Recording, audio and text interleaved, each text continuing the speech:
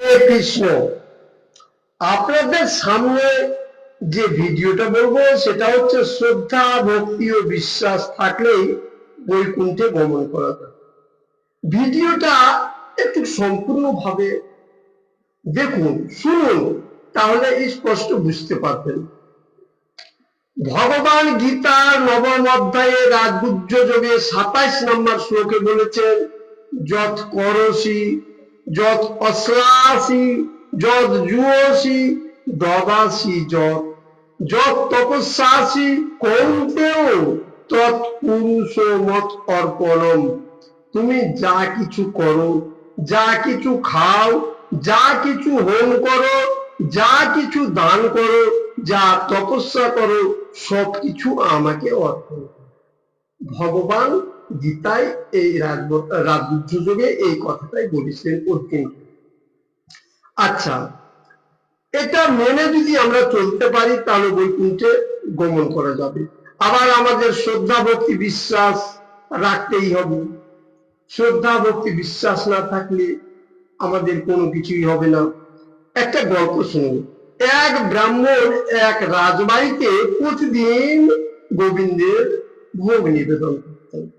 আর সেই ভোগ নিবেদন করার পরে সেই ভোগটা আগে রাজবাড়িতে সকলে মিলে খেত, তারপরে নিজে যা কিছু হয় অন্য সেবা করতেন। এইভাবে কিছুদিন চলার পরে একদিন ব্রাহ্মণ অসুস্থ হয়ে পড়ে।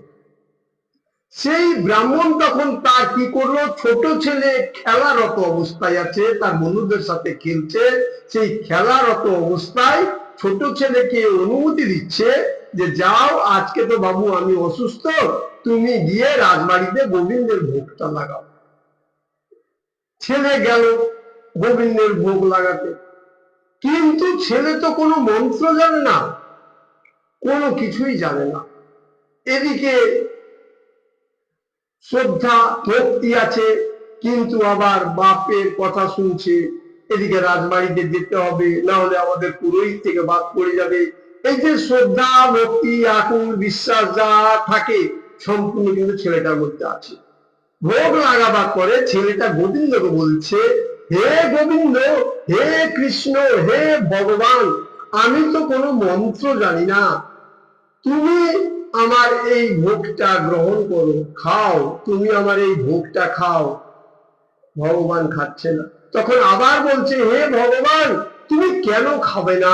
তুমি যদি না খাও আমার বাবা আমাকে মারবে, আমি আর বন্ধুদের সাথে খেলা করতে পারবো না, আমি কোথায় যাব? আর রাজবাড়ি থেকে আমার বাবাকেও তাড়িয়ে দিবে, আমাদের খুব অসুবিধা হবে। হে ভগবান, তুমি খাও। এই আকুলতা, ব্যাকুলতা, শ্রদ্ধা, ভক্তি, বিশ্বাস এর ফলে গোবিন্দ থালার ভোগটুকু খেয়ে নেবেন। সম্পূর্ণ খেয়ে নেওয়ার পরে তারপরে যখন আসলেন, রাজারা দেখছে কই আজকে তো প্রসাদ নেই, কি হলো, কি গোবিন্দ খেয়ে নিচ্ছে।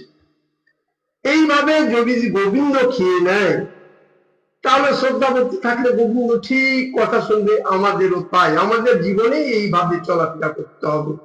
গীতার রাজগুহ্য যোগের যে শ্লোক, সেই শ্লোককে মেনে আমাদের চলতে হবে। একটা ছোট্ট করে উদাহরণ দিলেই বুঝে নিলেন।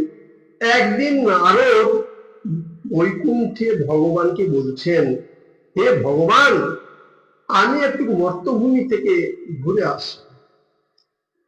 ভগবান বললেন, নারদ যাও, তুমি মর্তভূমি থেকে ঘুরে এসো। মর্তভূমিতে ঘুরতে গেলেন।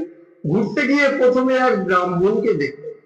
ব্রাহ্মণ পাদ্য অর্ঘ দান করলেন, অতিথি আপ্যায়ন করলেন এবং বললেন, নারদ, তুমি তো প্রতিদিন ভগবানের সাথে দেখা করো, যাতায়াত করো, তাহলে তুমি বলো তো আমার কথা, আমি কবে মুক্তি পাবো?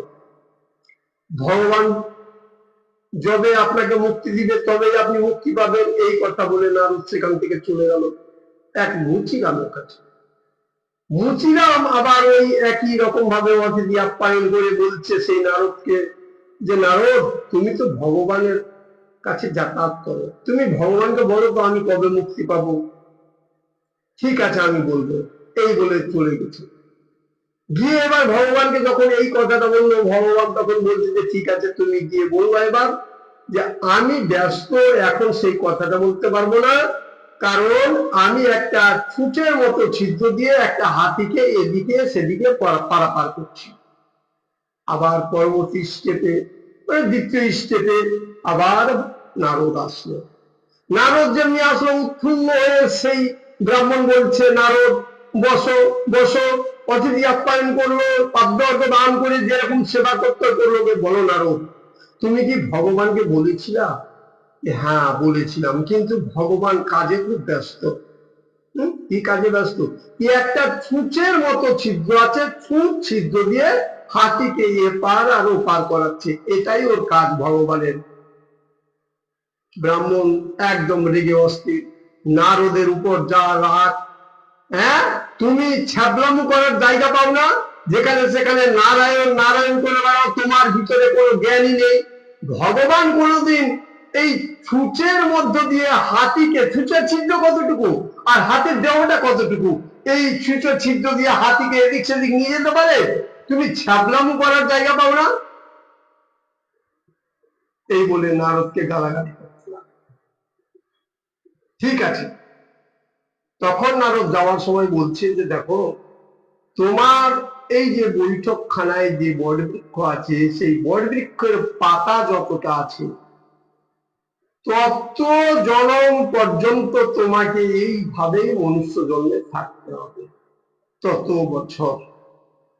তারপরে গেল মুচিরামের কাছে, মুচিরামকে ওই একই রকম প্রশ্ন। মুচিরাম বলছে, তুমি বলেছো আমার কথা? হ্যাঁ বলেছি। কি বলেছে? আরে ভগবান খুব কাজে ব্যস্ত ছিল, পরে আসবো, পরে বলবো। কারণ কি করছিল আমার প্রভু? মুচিরাম বলছে, আমার প্রভু কি করছিল, আমার গোবিন্দ কি করছিল? তখন বলছে যে সেই আমাদের গোবিন্দ একটা ছুঁচের মতো ছিদ্র দিয়ে হাতিকে এদিক সেদিক ভরাভরি টানছে আর ঘুরছে। মুচিরাম জুতা সেলাই বাদ দিয়ে তাদিন তাদিন করে নাচতে লাগলো, হাই রে ভগবান রে, আমার ভগবানের এমন মহিমা, এইরকম মহিমাই তো চাই। হাই রে ভাগবত, হাই রে গোবিন্দ, গোবিন্দ তোমার কি কীর্তি, তাই তো তুমি শাস্ত্রে লিখেছো, মুখং করতি বাচলং পঙ্গং লঙ্ঘয়তে গিরিম যৎ কৃপাতম অহং বন্দে পরমানন্দ মাধবম। বোবা লোককে বাঁচাও করতে পারো, পঙ্গু লোককে গিরি লঙ্ঘন করতে পারো, তদ্রুপ তুমি একটা হাতিকে ছুঁচে ছিদ্র দিয়ে ভরেছ, তাদিং তাদিং করে নাচছে, আর কি আনন্দ, কি আনন্দ। তখন নারদ বলছে, দেখো তোমার সময় হয়ে গেছে। তৎক্ষণাৎ উপর থেকে রথ আসলো, বৈকুণ্ঠ থেকে রথ আসলো, মুচিরামকে নিয়ে চলে গেল। তাই গীতাই বলেছেন, মন্ত্রে তীর্থে দ্বিজে দেবে দৈবজ্ঞে ভেষযোগ্য, যার দৃষ্টি ভাবলে রস্য সিদ্ধির ভবতি, তার দৃষ্টি যার যেরকম বিশ্বাস।